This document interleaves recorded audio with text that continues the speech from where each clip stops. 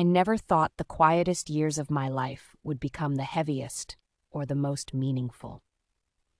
My name is Margaret Ellis. I am 74 years old, and I'm sitting in the same living room where laughter once echoed freely, where my daughter used to dance barefoot, where my husband would fall asleep with the television still on, and where I once believed my life had already given me everything it ever would.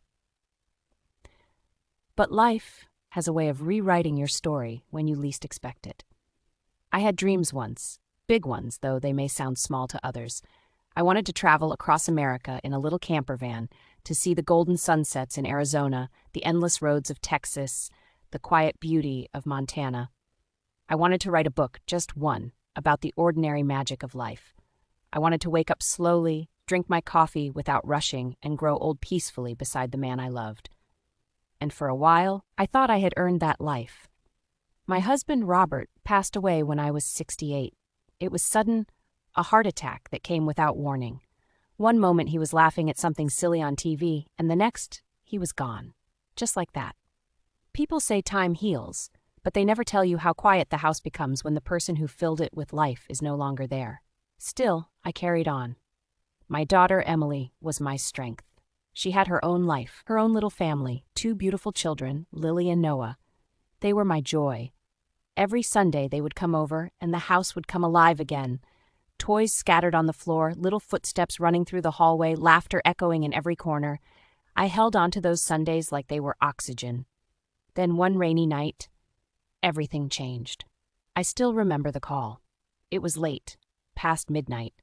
My phone rang, and something in my heart told me this wasn't an ordinary call. When I answered, the voice on the other end was unfamiliar, calm, professional, distant. There had been an accident. A drunk driver, a highway, a moment that took everything away. My daughter and her husband were gone. I don't remember dropping the phone. I don't remember screaming. I just remember the silence that followed, the kind of silence that crushes your chest and steals the air from your lungs. And then 2 small voices. Grandma? Lily was 6. Noah was just 4. They didn't understand what had happened, not fully. How could they? How do you explain to a child that their entire world has just disappeared? That night, sitting on the edge of their bed, holding them as they cried themselves to sleep, I realized something. My life was no longer mine. The days that followed were a blur of paperwork, funerals, condolences that felt hollow, and decisions I was not prepared to make. Social workers asked questions, relatives offered opinions, people spoke about options, as if these children were something to be placed somewhere. But to me, they were not options. They were my daughter's heart, still beating. I didn't hesitate. I'll take them, I said. And just like that, at 70 years old, I became a mother again. People told me it would be hard. They said I deserved to rest, that I had already done my part. Some even questioned whether I could handle it. The truth is, I questioned it too. There were nights I sat alone after they fell asleep, staring at my hands, wrinkled, tired hands, and wondered if I was strong enough to do this all over again. School lunches, homework, sleepless nights, doctor visits, fears, and love. So much love. The first year was the hardest. Lily stopped talking for weeks. She would sit quietly, clutching her mother's scarf, her eyes distant, lost somewhere I couldn't reach. Noah had nightmares almost every night. He would wake up screaming, calling for his mom, and his little body shaking in my arms. I didn't have all the answers. But I had patience, and I had love. I learned to be strong in ways I never had before. I became their comfort, their routine, their safe place. I read bedtime stories with a voice that sometimes trembled. I packed lunches with little notes inside, hoping to bring a smile to their faces. I sat through school meetings, trying to understand a world that had changed so much since I last walked those halls. And slowly, they began to heal. Lily started smiling again. Small at first, like she wasn't sure if she was allowed to. Noah began to sleep through the night. They started calling the house home. And somewhere along the way, I stopped feeling like I was sacrificing my life, because I realized I was living a different kind of dream. Yes, I never took that road trip across America. I never wrote that book. My mornings are no longer quiet, and my days are anything but slow.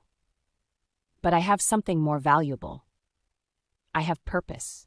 I have 2 little souls who look at me like I am their entire world. There are still hard days. Days when grief sneaks in unexpectedly. When Lily asks questions I don't know how to answer. When Noah stares at old photos a little too long. Days when I feel the weight of my age, when my body reminds me that I am not as strong as I once was. But then, there are moments. Lily laughing freely, her hair blowing in the wind as she runs through the yard. Noah hugging me tightly and whispering, "I love you, Grandma." Moments that remind me, this is exactly where I'm meant to be. I used to think my dreams were something I lost, but now I understand they simply changed. Because dreams aren't always about what you do for yourself. Sometimes they're about who you choose to become for others. If you had asked me years ago what my life would look like at 74, I would have given you a very different picture. A quieter one, an easier one, but not a better one. Because despite the pain, the loss, the sacrifices, I would choose this life again. Every single time. Because in saving them, I found a reason to keep going. And in loving them, I found a piece of my daughter still alive in this world. So no, I didn't get the life I planned. I got something deeper. Something real. Something that, even in its hardest moments, feels like a blessing. And if there's one thing I've learned after all these years, it's this. Sometimes the life you never planned becomes the one you were meant to live all along.